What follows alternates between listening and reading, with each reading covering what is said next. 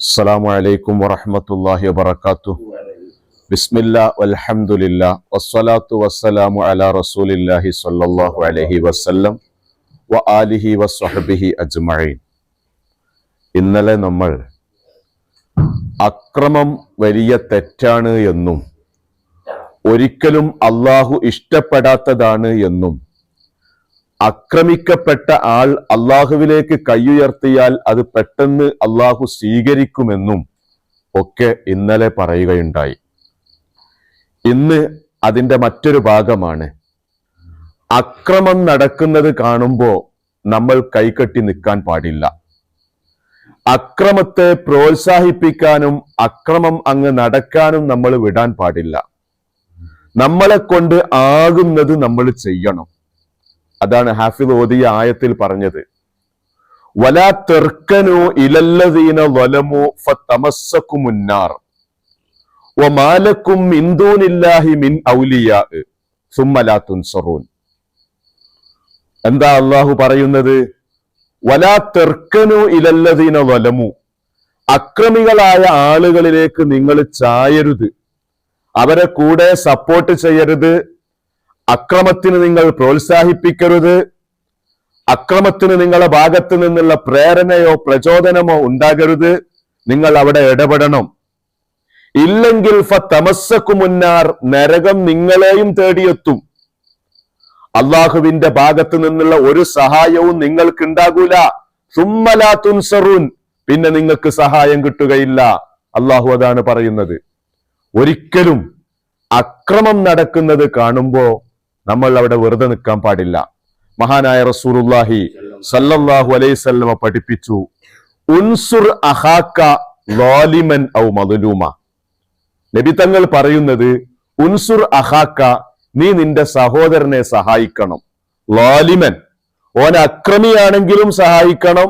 ഔ മദ്ലൂമൻ, ആക്രമിക്കപ്പെടുകയാണെങ്കിലും സഹായിക്കണം. അപ്പൊ സഹാബത്ത് ചോദിച്ചു, ആക്രമിക്കപ്പെടുന്ന ആളെ സഹായിക്കാം, ഓനെ നമ്മൾ മാറ്റി നിർത്തിയിട്ട് ഓന്റെ പ്രതിരോധം സൃഷ്ടിച്ച് അക്രമം ഒഴിവാക്കാം. ആക്രമിക്കുന്ന ആളെ എങ്ങനെ സഹായിക്കല്? നബി സല്ലല്ലാഹു അലൈഹി വസല്ലമ പറഞ്ഞു, അക്രമിയെ നിങ്ങൾ പിടിച്ചു നിർത്തുക, അക്രമിയുടെ ഇടയിൽ അവിടെ മുമ്പിൽ ബ്ലോക്കായി നിൽക്കുക, അവനെ കൊണ്ട് പരമാവധി പിന്മാറ്റുക. ഇതാണ് അക്രമിയെ സഹായിക്കുന്ന രൂപം. അപ്പൊ നബി സല്ലല്ലാഹു അലൈഹി വസല്ലമ പറയുന്നത്, ആക്രമിക്കുന്ന ആളെയും നിങ്ങൾ സഹായിക്കണം, ആക്രമിക്കപ്പെടുന്നവനെയും നിങ്ങൾ സഹായിക്കണം. രണ്ടും രണ്ടു നിലക്കുള്ള സഹായ. ഒരാളെ തടഞ്ഞു നിർത്തുക, തടുത്തു നിർത്തുക, മറ്റോന് അക്രമം ഏൽക്കാതെ പ്രതിരോധം സൃഷ്ടിക്കുക. അപ്പൊ ഈ നിലക്ക് രണ്ട് വിഭാഗത്തെയും നിങ്ങൾ സഹായിക്കണമെന്നാണ് മഹാനായ റസൂലുള്ളാഹി സല്ലല്ലാഹു അലൈഹി വസല്ലമ പഠിപ്പിച്ചത്. ആഖിറത്തിൽ അള്ളാഹുവിന്റെ ഒരു പ്രത്യേക ഉത്തരവുണ്ട്. ഹാഫിദ് ഓതി, ഉഹ്ശുറുല്ലദീന വലമു വ അസ്വാജഹും. ഉഹ്ശുറുല്ലദീന വലമു, മലക്കുകളെ അക്രമികൾ എല്ലാവരെയും ഒന്ന് ഒരുമിച്ച് കൂട്ടണം. വ അസ്വാജഹും, അവരുടെ സഹായികളെയും നിങ്ങൾ ഒരുമിച്ച് കൂട്ടണം. അത് കുട്ടികൾ പറയും പോലെ കള്ളന് കഞ്ഞി വെച്ചു കൊടുത്തവരും, ഈ രണ്ട് വിഭാഗത്തെയും നിങ്ങൾ ഇവിടെ ഒരുമിച്ച് കൂട്ടണം. തുടർന്നല്ല പറയുന്നു, വഖിഫൂഹും ഇന്നഹും മസ്ഊലൂൻ, നിർത്തി അവിടെ അവരോട് ചോദിക്കാനുണ്ട് എന്ന്. അപ്പൊ അക്രമത്തിന് പ്രോത്സാഹനം ഒരിക്കലും നമ്മുടെ ഭാഗത്ത് നിന്ന് ഉണ്ടാവാൻ പാടില്ല. അള്ളാഹു പറയുന്ന ഒരു ഖുദ്സിയായ ഹദീസ് ഉണ്ട്, എനിക്ക് അക്രമം ഞാൻ ഹറാമാക്കിയിരിക്കുകയാണ്. ഹറംതു ദുൽമ അലാ നഫ്സി, ഞാൻ എനിക്ക് അക്രമം ഹറാമാക്കിയിരിക്കുകയാണ്, ഞാൻ ഒരാളെയും ആക്രമിക്കൂല. അള്ളാഹ് പറയാണ്. എന്നാൽ നിങ്ങളിൽ നിന്നും ഒരാളെയും അക്രമം ഉണ്ടാവരുത്, നിങ്ങൾക്കും ഞാൻ അക്രമം ഹറാമാക്കുകയാണ് എന്ന് അല്ലാഹു തആല പറഞ്ഞിരിക്കുകയാണ്. പ്രിയപ്പെട്ടവരെ, പല നിലക്ക് പലരെയും വാക്കുകൊണ്ട് ദ്രോഹിക്കുക, അടിപിടി ഉണ്ടാക്കുക, തർക്കം ഉണ്ടാക്കുക, ഷണ്ട ഉണ്ടാക്കുക, ഇതൊന്നും നമ്മൾ ചെയ്യാൻ പാടില്ല. ഉള്ളത് പരമാവധി ഒഴിവാക്കാൻ നമ്മൾ നോക്കണം. ഏറ്റവും വലിയ വാക്കാണത്. മസ്ലഹത്തിന് വേണ്ടി വന്നാൽ ഒരു ചെറിയ കളവ് വരെ പറയാം. കളവ് പറഞ്ഞാലേ അവിടെ ഒരു മസ്ലഹത്താവുള്ളൂ എന്ന് കണ്ടാൽ മസ്ലഹത്തിന് വേണ്ടിയിട്ട് അത് പറയാമെന്ന് അനുവദിച്ച ശരീഅത്താണിത്. ലാ ഖൈറ ഫീ കസീരിൻ മിൻ നജ്വാഹും ഇല്ലാ മൻ അമറ ബിസ്സദഖത്തിൻ. തുടർന്ന് അല്ലാഹു പറയുന്നു, ഔ ഇസ്ലാഹിം ബൈനന്നാസ്, ഇല്ലാമൻ അമറ ബിസദഖത്തിൻ ഔ മഅറൂഫിൻ ഔ ഇസ്ലാഹിൻ ബൈനന്നാസ്. വർത്തമാനങ്ങളിൽ വെച്ച് ഏറ്റവും നല്ല വർത്താനമാണ് ജനങ്ങളുടെ ഇടയിൽ മസ്ലഹത്ത് ഉണ്ടാക്കാൻ വേണ്ടിയിട്ട് സംസാരിക്കാം. എത്ര വേണമെങ്കിലും അതിനു വേണ്ടി സംസാരിക്കാം. അത് ഒരു ചെറിയ കളവ് പറഞ്ഞാലേ അവിടെ മസ്ലഹത്ത് നടക്കൂ എങ്കിൽ അതും പറയാമെന്ന് ശരീഅത്ത് അനുവദിച്ചിരിക്കാണ്. അപ്പോഴും പ്രശ്നങ്ങൾ ഉണ്ടാവരുത്, അടിപിടികൾ ഉണ്ടാവരുത്, തർക്കമുണ്ടാവരുത്. ഇതാണ് ഇസ്ലാം പ്രോത്സാഹിപ്പിക്കുന്നത്. പ്രിയപ്പെട്ടവരെ, ഇത് നമ്മൾ മനസ്സിലാക്കണം. ഏകാധിപതിയായ ഒരു രാജാവ് ഒരു കൊട്ടാരമുണ്ടാക്കി, നല്ല ഭംഗിയുള്ള കൊട്ടാരമുണ്ടാക്കി. അദ്ദേഹം ആ കൊട്ടാരത്തിന്റെ ചുറ്റുമൊന്നിങ്ങനെ പരിസരമൊക്കെ നിരീക്ഷിക്കാൻ വേണ്ടി ഇങ്ങനെ കറങ്ങി നടന്നപ്പോ തൊട്ടപ്പുറത്ത് സാധുവായ വൃദ്ധയായ ഒരു സഹോദരിയുടെ കുടില് കാണുന്നു. ഇതാരുടേതാണ് ഈ കുടില് എന്ന് അദ്ദേഹം അന്വേഷിച്ചു. ഇത് വൈകുന്നേരമായാൽ ഇവിടെ വരുന്ന ഒരു സാധുവായ വൃദ്ധയായ ഉമ്മയുടേതാണ് എന്ന് പറഞ്ഞപ്പോ അയാൾ പറഞ്ഞു, എന്റെ കൊട്ടാരത്തിന്റെ പരിസരത്ത് ഇവിടെ ഇതൊന്നും പറ്റൂല, ഈ കുടിലൊന്നും പറ്റൂല, പൊളിച്ചു നീക്കണം എന്ന് പറഞ്ഞ് അയാൾ അത് പൊളിപ്പിച്ചു. വൈകുന്നേരമായപ്പോ ഈ സഹോദരി വന്നപ്പോ വീട് പൊളിഞ്ഞു കിടക്കുന്നതാ കണ്ടത്. ചോദിച്ചു, ഇതാരാ പൊളിച്ചത് എന്ന്. അപ്പൊ പറഞ്ഞു, ഇത് രാജാവ് പൊളിച്ചതാണ്. രാജാവിന്റെ വീടിന്റെ ആ സറൗണ്ടിങ്ങിൽ ഇതൊന്നും ഇത്തരം കുടിലൊന്നും പറ്റൂല എന്നാ പറഞ്ഞത് എന്ന്. ആ സഹോദരി ആകാശത്തേക്ക് കരങ്ങൾ ഉയർത്തി. എന്നിട്ട് പറഞ്ഞു, ഇലാഹി അനലം അക്കുൻ ഹാലിറത്തൻ, പടച്ചോനെ ഞാനിവിടെ ഉണ്ടായിരുന്നില്ല. അന്ത അയിന കുന്ത, നീ എവിടെ പോയിരുന്നു പടച്ചോനെ? ഞാനോ ഇവിടെ ഇല്ല, നീ എവിടെ പോയിരുന്നു? നീ ഇത് കണ്ടില്ലേ എന്ന് ആ പെണ്ണ്, ആ ഉമ്മ ചോദിച്ചു. ഇതായിരുന്നു.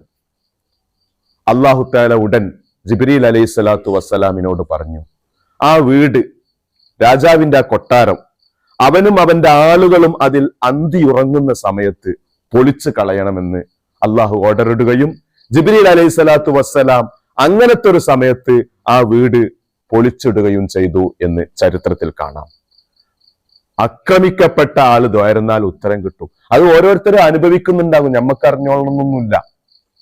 ഏരിയൽ ഷാരോൺ എന്ന ഇപ്പത്തെ നെതന്യാഹുവിന്റെ മുമ്പുള്ള പ്രധാനമന്ത്രിയായിരുന്നു, ഇസ്രായേലിന്റെ പ്രധാനമന്ത്രി.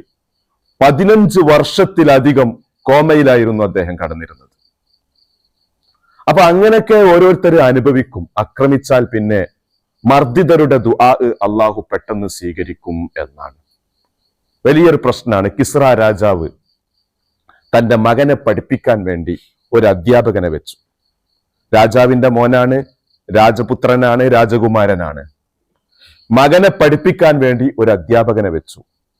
മകൻ പഠിച്ച് നല്ല ഉഷാറാവണെന്ന് കണ്ടപ്പോ ഒരൊറ്റ അടിയാണ്, അതിശക്തമായൊരടി മകന്റെ പുറത്തു കൊടുത്ത്. മകനാകെ പ്രയാസായി. എന്തിനാ ഇയാൾ എന്നെ തല്ലിയത്? അധ്യാപകനാണെന്നും പറഞ്ഞ് ഇമ്മാതിരി തല്ലെന്തിനാ തല്ലിയത്? പിന്നെ അദ്ദേഹം ക്ലാസ്സിന് വന്നില്ല. കാര്യങ്ങൾ മുന്നോട്ട് പോയി. കിസ്റ രാജാവ് മരണപ്പെട്ടു. മകൻ അധികാരത്തിൽ വന്നിരിക്കുകയാണ്. മകൻ ആദ്യമായിട്ട് ഈ അധ്യാപകനെ വിളിച്ചു വരുത്തി. അയാളോടൊരു കണക്ക് തീർക്കാനുണ്ട്.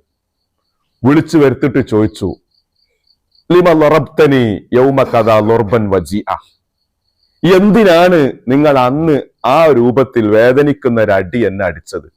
എനിക്കതിന്റെ കണക്ക് തീർക്കാനുണ്ട്. അപ്പൊ അധ്യാപകൻ പറഞ്ഞു, മോനെ, നിന്നെ ഞാൻ പഠിപ്പിച്ച് നീ നല്ല ഉഷാറായി പുരോഗതിയിൽ വരുന്നത് കണ്ടപ്പോ ഒരു കാര്യം ഞാൻ ഉറപ്പിച്ചു. ഭാവിയിൽ നിന്റെ ഉപ്പാക്കിന്റെ കാലശേഷം ഈ അധികാരം നീയാണ് കൈയാളേണ്ടത് എന്ന് എനിക്ക് മനസ്സിലായി. അക്കാലത്ത് നീ അധികാരത്തിലാകുമ്പോ നിന്റെ അടുത്ത് മർദ്ദിതർ വരും, പീഡകർ വരും, പാവങ്ങൾ വരും.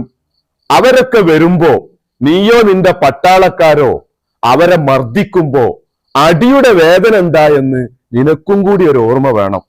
പാവങ്ങളെ അങ്ങനെ മർദ്ദിച്ചൂടാ. അപ്പൊ ഈ ഒരു അടി എക്കാലത്തും നിന്റെ മനസ്സിലുണ്ടാകണം. ആ രൂപത്തിൽ നിന്റെ പ്രജകളോട് നീ പെരുമാറണം എന്ന് ഞാൻ ചിന്തിച്ചത് കൊണ്ടാണ് മോനെ ഞാൻ അങ്ങനെ ചെയ്തത് എന്ന് പറഞ്ഞപ്പോ രാജാവിന് സങ്കടായി. ജസാക്കല്ലാഹു ഖൈറ എന്നും പറഞ്ഞ് അദ്ദേഹത്തിന് നല്ല സമ്മാനം കൊടുത്ത് തിരിച്ചയച്ചു എന്നും ചരിത്രത്തിൽ കാണാം. പ്രിയപ്പെട്ടവരെ, അക്രമം നമ്മൾ ശ്രദ്ധിക്കണം. വാക്കുകൊണ്ടോ പ്രവൃത്തി കൊണ്ടോ നമ്മൾ ആരും ദ്രോഹിക്കാൻ പാടില്ല. അള്ളാഹു നമുക്ക് കാവൽ നൽകുമാറാകട്ടെ. വിശുദ്ധ ഖുർആൻ പഠിക്കുവാനും പഠിപ്പിക്കുവാനും പാരായണം ചെയ്യുവാനും ജീവിതത്തിൽ പകർത്തുവാനുമുള്ള മഹാസൗഭാഗ്യം അള്ളാഹു നമുക്ക് നൽകുമാറാകട്ടെ. യൂട്യൂബിൽ നമ്മുടെ ക്ലാസ് വീക്ഷിക്കുന്നവര് ദുആ ചെയ്യാൻ പറഞ്ഞവരുടെ ഒക്കെ ഹലാലായ ഉദ്ദേശങ്ങൾ അള്ളാഹു നിറവേറ്റി കൊടുക്കുമാറാകട്ടെ. വആഖിറു ദഅവാനാ അൽഹംദുലില്ലാഹി റബ്ബിൽ ആലമീൻ. അസ്സലാമു അലൈക്കും.